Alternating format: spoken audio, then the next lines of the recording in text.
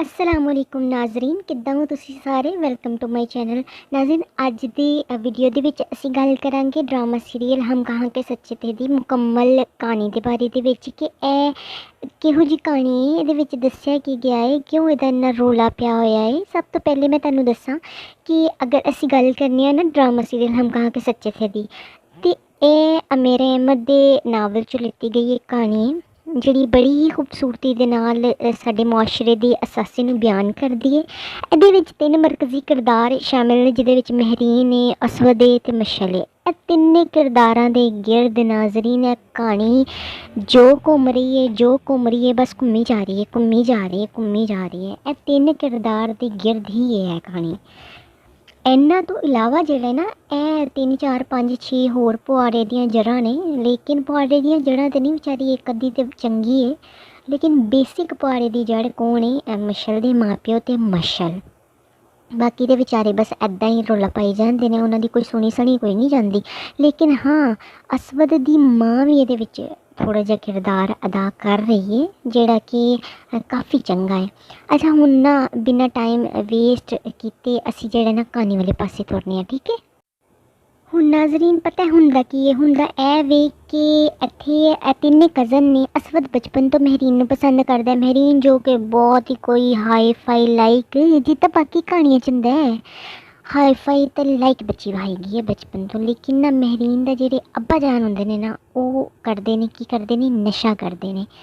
ਔਰ ਉਹਨਾਂ ਦੇ ਇਸ ਨਸ਼ੇ ਦੀ ਆਦਤ ਦੀ ਵਜ੍ਹਾ ਤੋਂ ਨਾ ਉਹਨਾਂ ਦੀ ਮਾਂ ਬਥੇਰੀ ਤੰਗ ਆਉਂਦੀ, ਇੰਨੀ ਤੰਗ ਆਉਂਦੀ ਹੈ। ਉਹ ਆਪਣੇ ਘਰ ਆ ਕੇ ਦੱਸਦੀ, ਘਰ ਵਾਲੇ ਕੀ ਕਹਿੰਦੇ ਨੇ? ਘਰ ਵਾਲੇ ਉਹ ਹੀ ਕਹਿੰਦੇ ਨੇ, ਤੂੰ ਛੱਡ ਕੇ ਆ ਜਾ, ਬੱਚੀ ਉਹਦੇ ਕੋਲ ਰਹਿਣ ਦੇ, ਤੂੰ ਸਾਡੀ ਧੀ ਹੈ, ਉਹਨੂੰ ਬਸ ਬੱਚੀ ਨੂੰ ਪਾਲਣ ਦੇ ਅਤੇ ਆ ਜਾ। ਉਹ ਕਹਿੰਦੀ ਮੈਂ ਆਪਣੀ ਬੱਚੀ ਨੂੰ ਨਹੀਂ ਛੱਡਾਂਗੀ।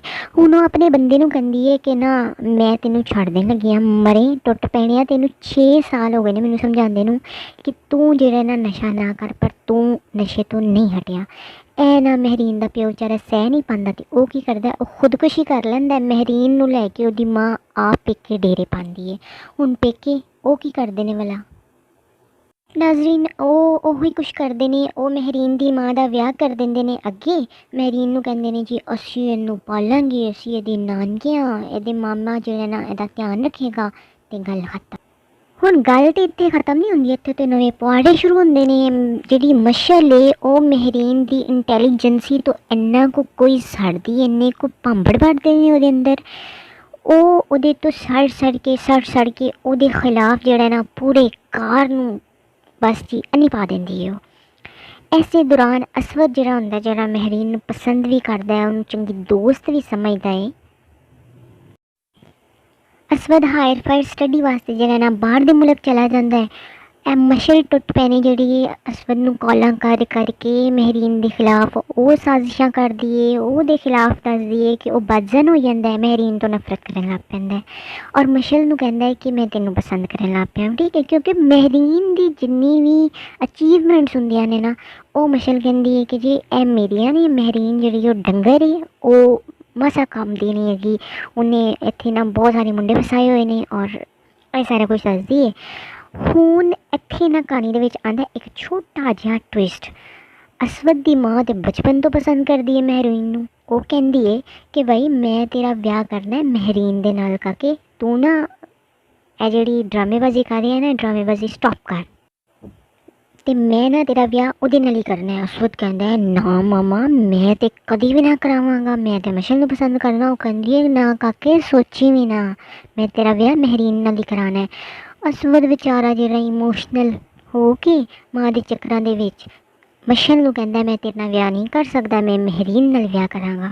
ਮਸ਼ਅਲ ਇਹ ਚੀਜ਼ ਵਿਚਾਰੀ ਸਹਿ ਨਹੀਂ ਪਾਉਂਦੀ। ਹੁਣ ਇੱਥੇ ਮਸ਼ਅਲ ਦੇ ਜ਼ਿਹਨ ਦੇ ਵਿੱਚ ਆਉਂਦਾ ਹੈ ਕਿ ਮੇਰਾ ਹੀ ਨਾ ਅਗਰ ਅਸਵਦ ਨੇ ਹੋਣਾ ਅਤੇ ਹੁਣ ਮੈਂ ਇੱਦਾਂ ਵੀ ਨਹੀਂ ਦੇਣਾ। ਉਹ ਕੀ ਕਰਦੀ ਹੈ? ਮਰਨੀ ਟੁੱਟ ਪੈਣੀ ਉਹ ਬਾਂਦਰੀ ਜੀ ਜਿਹੜੀ ਹੈ ਨਾ, ਉਹ ਖੁਦਕੁਸ਼ੀ ਕਰ ਲੈਂਦੀ ਹੈ। ਔਰ ਉਹਦਾ ਇਲਜ਼ਾਮ ਜਿਹੜਾ ਮਹਿਰੀਨ 'ਤੇ ਆਉਂਦਾ ਹੈ, ਮਹਿਰੀਨ ਨੂੰ ਫੜ ਕੇ ਲੈ ਜਾਂਦੀ ਹੈ ਜੀ ਪੁਲਿਸ। ਔਰ ਫਿਰ ਉੱਥੋਂ ਖੈਰ ਛਡਾਉਂਦੇ ਨੇ, ਉਹਨੂੰ ਛੁਡਾ ਕੇ ਅਸਵਦ ਦੇ ਨਾਲ ਉਹਦਾ ਕਰ ਦਿੰਦੇ ਨੇ ਨਿਕਾਹ। ਲੇਕਿਨ ਅਸਵਦ ਕਿਹੜਾ ਸਿੱਧਾ ਹੁੰਦਾ ਹੈ, ਉਹ ਵੀ ਟੁੱਟ ਪੈਣਾ, ਬਿਮਾਰੀ ਪੈਣਾ ਜਿਹੜਾ ਉਹ ਸਾਜ਼ਿਸ਼ ਕਰਦਾ। ਸਾਜ਼ਿਸ਼ ਨਹੀਂ ਕਰਦਾ, ਉਹ ਕਹਿੰਦਾ ਇਹ ਜਿਹੜੀ ਮਸ਼ਅਲ ਮਰੀ ਹੈ ਨਾ, ਇਹਦਾ ਬਦਲਾ ਲੈਣ ਵਾਸਤੇ ਮੈਂ ਮਹਿਰੀਨ ਨੂੰ ਕਦੀ ਸੁੱਖ ਦਾ ਸਾਹ ਨਹੀਂ ਲੈਣ ਦੇਣਾ। ਲੋ, ਇਹ ਕਹਾਣੀ ਜੇ ਸਾਰੀ ਉਹ ਸੁੱਖ ਦਾ ਸਾਹ ਨਹੀਂ ਲੈਣ ਦਿੰਦਾ, ਲੇਕਿਨ ਵਕਤ ਦੇ ਨਾਲ ਉਹਨੂੰ ਉਹਦੇ 'ਤੇ ਐਤਬਾਰ ਆਉਣ ਲੱਗ ਪੈਂਦਾ ਹੈ। ਸਾਰੀਆਂ ਖਸੂਸੀਆਤਾਂ ਸਾਰਾ ਕੁਛ ਪਤਾ ਚੱਲ ਜਾਂਦਾ ਹੈ ਕਿ ਜੀ ਸਾਰੀ ਅਚੀਵਮੈਂਟਸ ਜਿਹੜੀ ਅਸੀਂ ਮਹਿਰੀਨ ਦੀਆਂ ਸੀ, ਮਾਰਿਆ ਮਹਿਰੀਨ ਨੇ ਨਹੀਂ ਹੈਗਾ, ਉਹ ਆਪੇ ਹੀ ਚਵਲ ਸੀ, ਆਪੇ ਹੀ ਮਰ ਗਈ।